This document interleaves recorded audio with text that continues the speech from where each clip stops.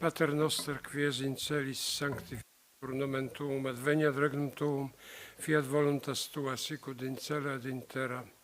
Panem nostrum quotidianum, et dimitte nobis debita nostra.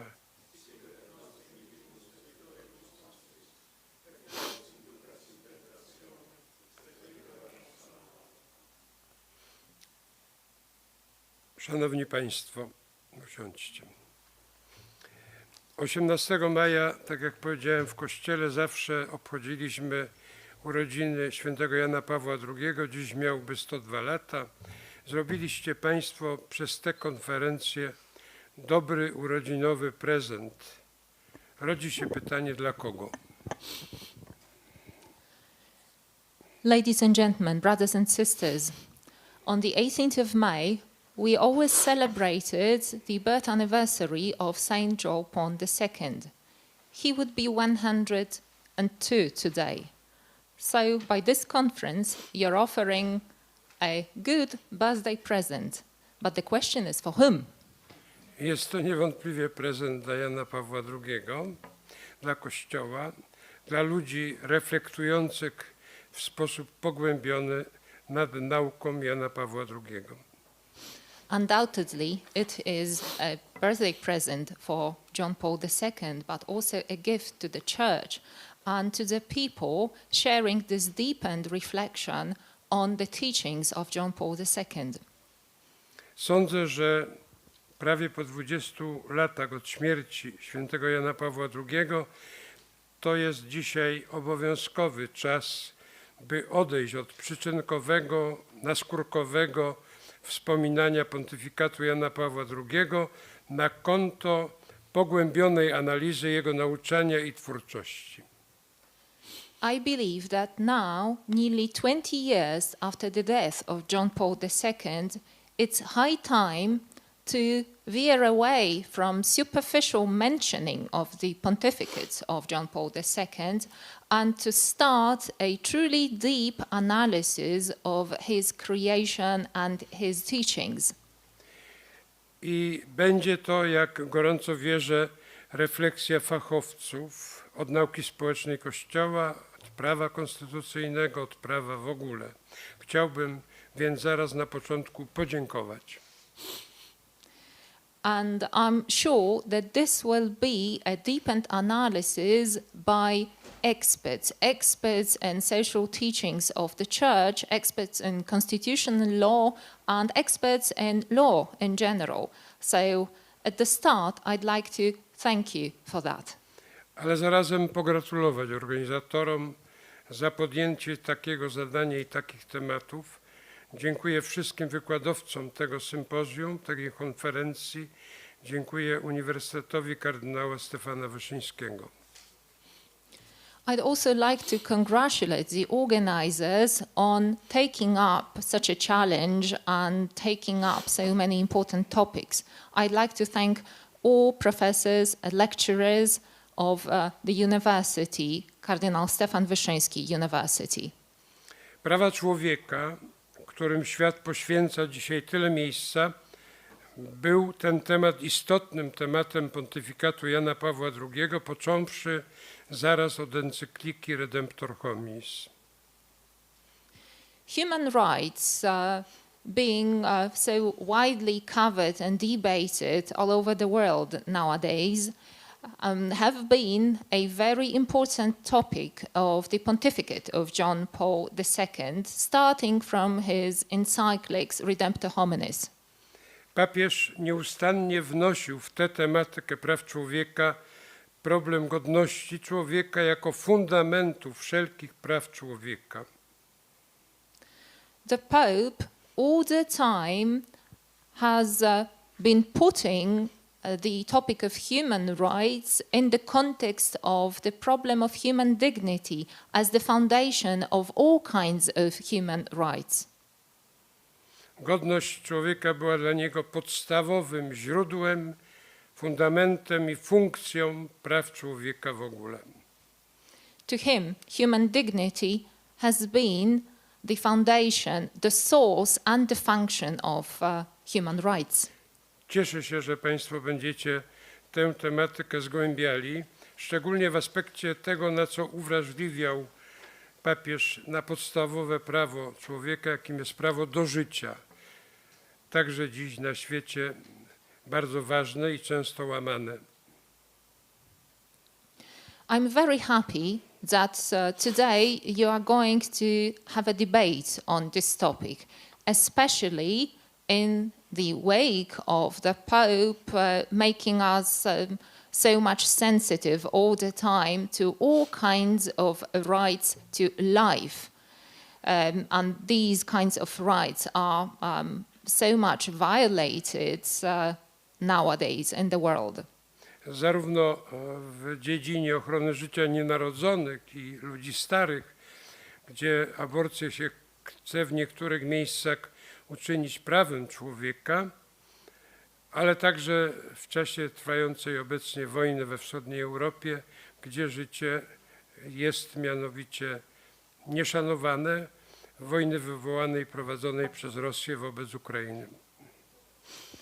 And I mean the right to life in the wake of some saying that abortion should be a human right, and this right to life is being violated, and also in the context of the right to life violated during the war we are now witnessing in Eastern Europe, the war instigated by Russia with Ukraine.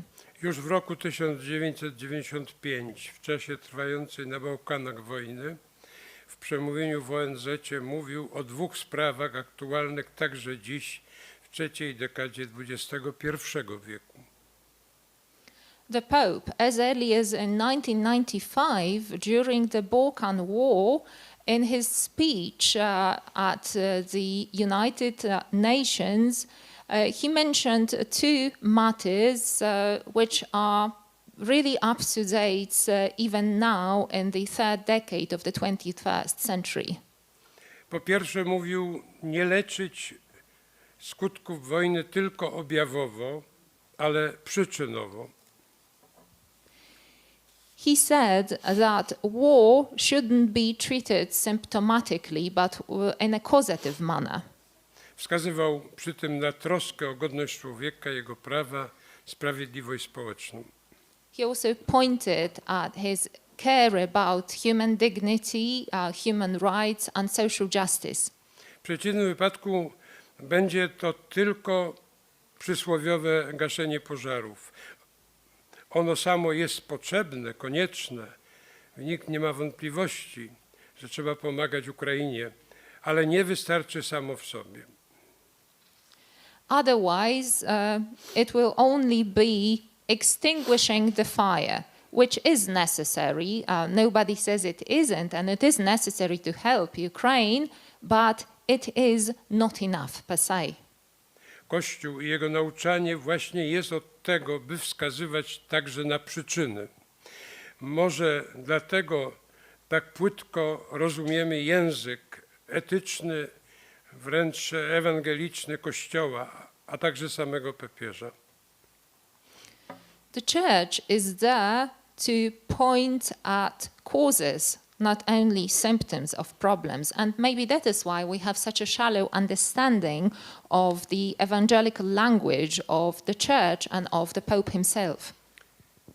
Drugi aspekt, o którym mówił papież w ONZ w 1995 roku, to liczenie się z problemem odmienności we współczesnym, zglobalizowanym świecie i poszczególnych krajach. Another aspect John Paul II referred to in his UN speech was facing diversity and the differences in the contemporary globalized world. Nieuwzględnianie tej odmienności, pamiętamy, wtedy było jedną z przyczyn wojny na Bałkanach. Denying the diversity and differences, as we might well remember, was one of the causes of the war in the Balkans. Z odmiennością poglądów, kultur, religii trzeba się zmierzyć i trzeba umieć żyć. We need to face and live with diversity of opinions, cultures and religions. Odmienności, mówi papież, trzeba się uczyć i ją akceptować. To, że jesteśmy inni, różni, sprawia, że w ten sposób możemy się ubogacać. The Pope said that we needed to learn to accept the diversity and the differences, because the fact that we are different, that we are diverse, makes us richer. W sytuacji uchodźców i emigrantów z Ukrainy na skutek wojny, gdy przybyło nas w Polsce 3 miliony ludzi, przykładowo w takim mieście Rzeszów, które ma 300 000, przybyło 40%, to nauka papieża o odmienności jest niezwykle aktualna i potrzebna. Especially now, in the wake of the immigration and refugee situation during the war in Ukraine, the teachings of the Pope are really valid and something that we really need, because there are 3 million more Poles now in the wake of the refugee situation from Ukraine. For instance, in the city of Rzeszów, which normally has 300,000 inhabitants, now there's 40% more than that. Życzę Państwu ubogacających obrad. Organizatorom jeszcze raz dziękuję i jestem przekonany, że konferencja przyczyni się do przybliżenia pogłębionego nauczania Jana Pawła II w kontekście wyzwań współczesności. I wish you a very fruitful and enriching debate. I'd like to thank the organizers one more time, and I'm positive that this conference will bring us closer to deeper understanding of the teachings of John Paul II in the wake of contemporary challenges. Thank you. Thank you very much.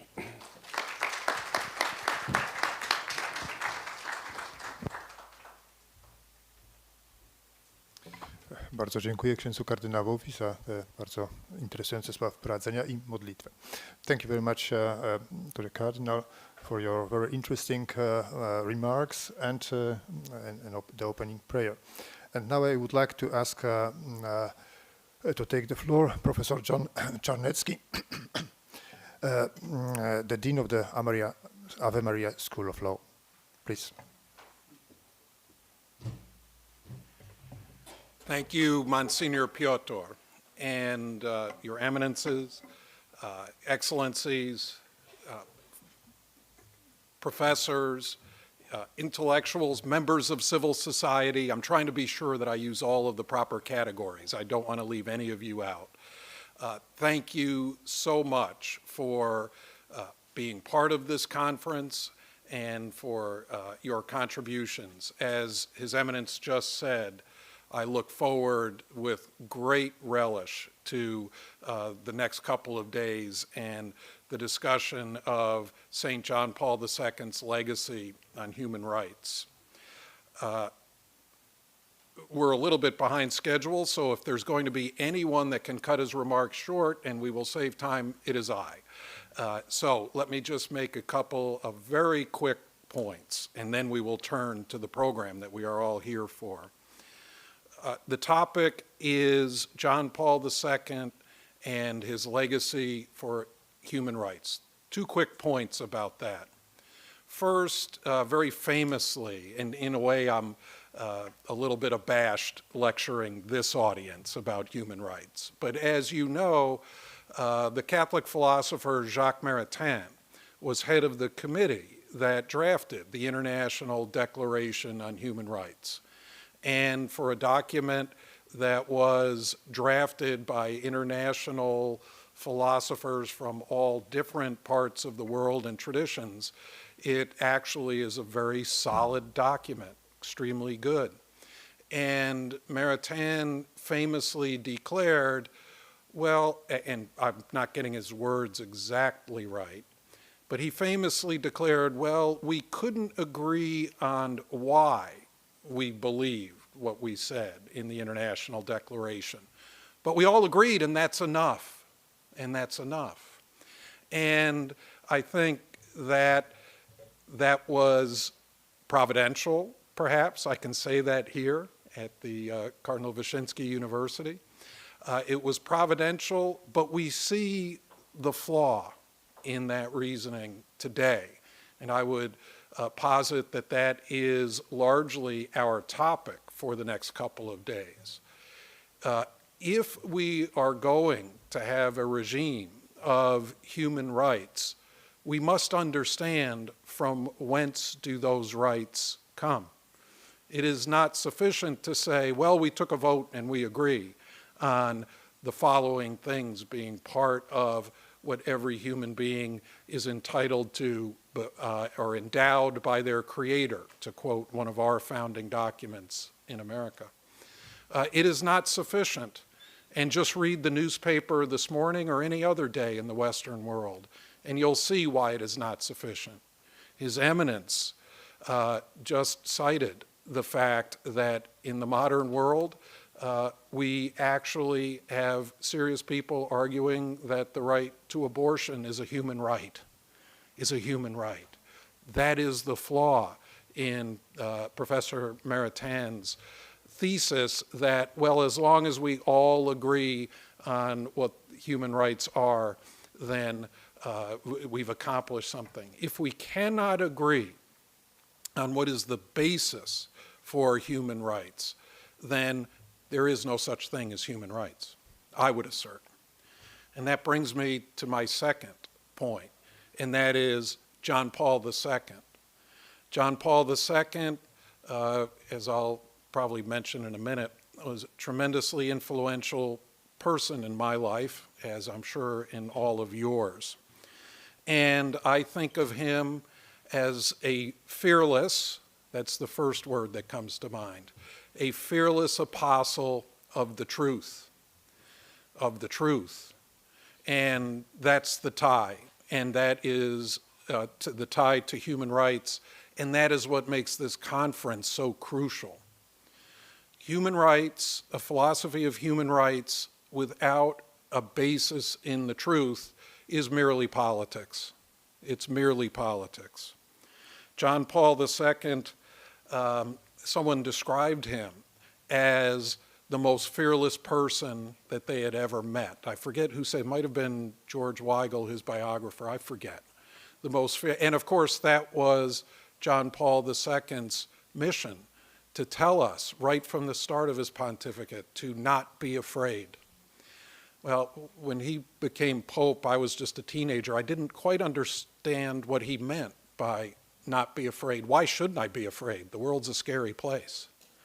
And as I matured and read and deepened in my faith and followed John Paul II closely, I realized, and the answer was obvious the whole time, John Paul II was fearless and urged us not to be afraid because he knew and he understood and he believed in the truth.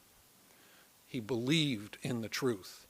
And if we have the truth, what, after all, is there to be afraid of on this earth? That is John Paul II's great contribution, at least in my life, and I think, as we will hear today, one of his numerous extraordinary contributions to our world. We hear much, at least in the United States, and I think also worldwide, there's a theory called the Benedict option, that the church especially should guard the truth, and we should retreat to our monasteries and endure the current bad times for the inevitable re-flourishing renaissance of society. And I think John Paul II's life illustrates to us that, at least in my opinion, is not the proper way. I hope you'll forgive me, I'm a lay Dominican. So I'm going to say my assertion is that the way forward is the Dominic option, that we embrace it. By the way, I'm an academic, so I must say I did not coin that phrase. But the way forward is the Dominic option, that we learn the truth, we embrace it, we live it, and we go out into the world and we declare it. because first, Jesus said that he would never leave our church, and we have faith in that. And Jesus, after all, God is the truth. And armed with the truth, we do not have to retreat into ourselves. We can go out there and convert the world and engage the world. And I view this conference as certainly an important step in that journey to go out and to convert the world. One brief plug for my institution. I'm completing my first year as Dean of Ave Maria School of Law, and we have a number of our faculty members here, and I want to particularly single out Professor Castaldi. Where is she? She's over there, who has done such an extraordinary job, along with Monsignor Piotr, in organizing this conference. Thank you, Professor Castaldi. Thank you, Monsignor Piotr, and the Cardinal Wyszynski University. Where was I before I was giving thanks? Armed with my faith, the faith of our church is that the truth will always prevail. I'm just old enough that I'm not certain, I'm old enough and cynical enough that I'm not certain whether the truth will prevail in my lifetime. But I know, as I believe John Paul II knew, that the truth will prevail. And it is our responsibility to not just preserve it, but to declare it to the world. And if the life of John Paul II teaches us anything, isn't it that? To fearlessly go out and declare the truth to the world. Finally, on a personal note, my last name is Czarnecki, but Polish people pronounce it correctly, Czarnecki. And my mother's maiden name was Politowski. And so I have Polish blood on both sides of my family. And I've been to Poland a number of times, and it never ceases to amaze me. A land of great saints, and a land upon whom so many sins have been visited just in the last 100 years and throughout its history. And yet the people, because of, I believe, the faith, the Catholic faith, which this nation and this people have steadfastly defended through many centuries, are happy.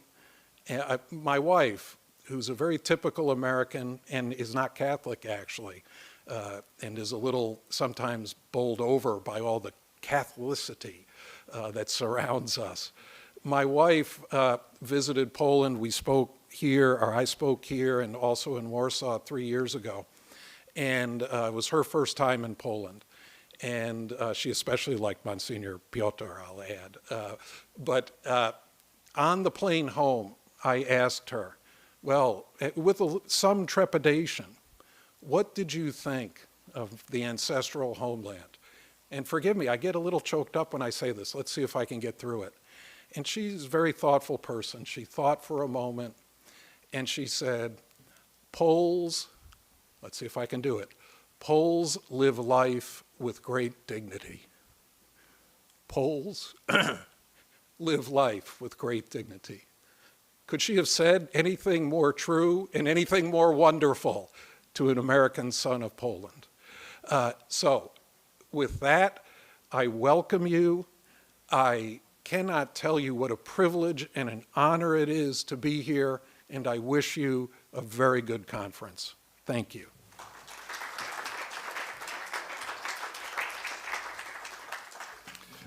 Thank you, Professor Czarnecki. May I allow just a small reaction? When I was a student at Technical University, I was sure at that time that communism will collapse. I never thought that during my life. In 10 years, it disappeared. May I now ask Professor Michał Gierycz, the Dean of our Faculty of Social and Economic Science at Cardinal Stefan Wyszyński University, to take the floor. Thank you. Thank you very much. Your Eminences, Excellency, ladies and gentlemen, I'm really glad to have this occasion to welcome you warmly to our Faculty of Social and Economic Sciences. And for me, it's a real sign of hope that precisely on the 102nd anniversary of the birth of John Paul II, I can welcome the group of so outstanding scholars from different parts of the world to discuss the significance of John Paul II legacy. I hope that even though many of you come from afar, South America, North America, different European countries, you will feel at home with us. I also would like to express my gratitude, especially to Professor Lidia Castaldi and Monsignor Piotr Mazurkiewicz, who were initiators and spiritus movens of this conference. The subject of the conference could be seen a bit paradoxical. So we face the inflation of and ideologization of human rights. We are in the moment when, as Benedict XVI wrote, the idea of natural law is viewed as a specifically Catholic doctrine, not worth bringing into the discussion in non-Catholic environment, so that one feels almost ashamed even to mention the term. But to me, it is exactly why it is important today to reflect on the problem of human rights in the context of natural law legacy of John Paul II. It can help us not only better understand our situation, but also bring so needed help and inspiration. It could be worth recalling that the idea of human rights from the time of the Breviar Quartali Quantum of Pius VI to the pontificate of Pius XII was, generally speaking, mostly criticized by the Church. This opposition nowadays is explained by historical arguments. So, for example, Francesco Compagnoni argues that the brutal destruction of the Church by the Revolution made it difficult, I quote, for popes to distinguish between content that was valuable and the intention or motivation that was hostile to the religious values. End of quotation. It seems, however, to me that the Church opposition to human rights have important theoretical and, I would say, theological ground. Men, as Ernst Wolfgang Beckenförde notes, in the Declaration of Rights of Man and of the Citizen from 1789, is a layman emancipated from religious ties who becomes an end for himself and therefore takes the place of God. Human rights at their inception were thus linked somehow to the anthropological upheaval, breaking not only with the doctrine of original sin, but also with man's dependence on God. Man, in the light of the spirit of the revolution, was no longer seen as a constrained being, possessing his unchanging God-given moral and social nature, but as kind of unconstrained being of a fluid and individualistic nature formed within social processes. One could say that instead of Homo sapiens, revolutionary spirit wanted to create an animalistic Homo Deus. And it is important to stress that, and I would defend Maritain in that point, that Universal Declaration of Human Rights from 1948, which was influenced by his thought, was important anthropological change. So we can discover the different anthropology of human rights. And this is exactly the first article of the Declaration, which outlines this concept of man, whose specific features are not longer only freedom and equality, but dignity, reason, and conscience. Human being is there, moreover, not seen as a mere individual. Oppositely, social dimension of human being is clearly recognized. This anthropological change was significant, so the law was no longer an expression of somewhat vague universal will, as it was put in Declaration of 1789, but it became an instrument for protecting objective human goods, also those connected with marriage and family and social dimension of human life, which were recognized by reason and conscience. This change, to me, helped to connect and ground human rights on the natural law, understood not in naturalistic way, but in a way which perceives man in relation to, I will use Remy Braque's phrase, to that what is higher. So to moral order and supernatural order. It was not a Christian perspective in the proper sense. As we know, it did not appeal openly to God as ultimate source from which human rights derived, and it's a problem. Nonetheless, it was open on theologization, and I would say that John Paul II used it very well. So even if this secular form of human rights, in which they were formulated in 1948,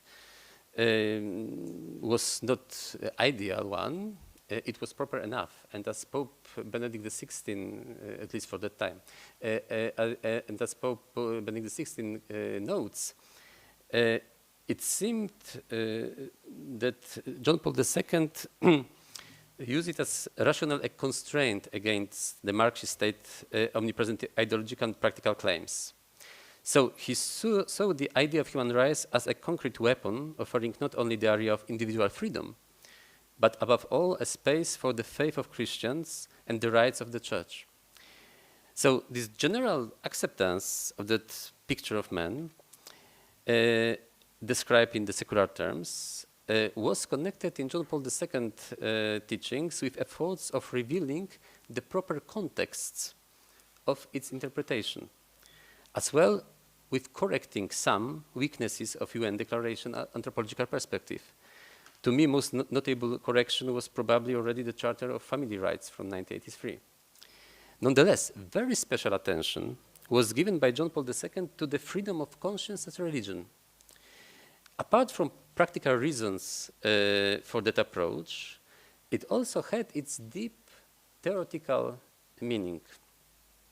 By naming freedom of conscience, the most necessary freedom and fundamental freedom, and religious freedom, the heart of human rights, John Paul II also secured the proper, or tried to secure, the proper understanding of the whole human rights system and its connection with moral goods needed for personal and social development of human person, and he wanted to secure the adequate vision of man as a constrained being which lacks self-sufficiency for his justification and who discovered his proper identity ultimately in relation to God, who only one is good and who speaks to man in his conscience.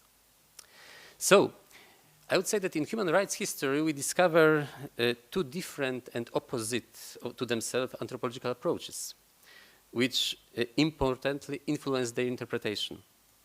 The question arises how to follow John Paul II, natural right and human rights legacy, in the context of political attempts of, as Chantal Delsol names it, anthropological palingenesis, at the moment when fundamentals of human rights anthropology are contested.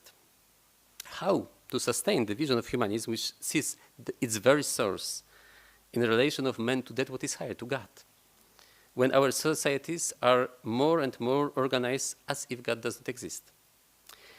In the end, different juridical and political questions connected with human rights can be answered only if we seriously reflect on much deeper cultural, social, anthropological, and theological problems. It is also why the legacy of John Paul II is so important for us today. So, outstanding speakers and panelists will provide us surely a lot of insight in those different dimensions of human rights problems. Maybe we'll find some answers, but sometimes even a proper understanding of the problem would be a significant achievement. So once again, I would like to thank to all our speakers, to all our guests, and wish all of us a fruitful discussion. Thank you very much.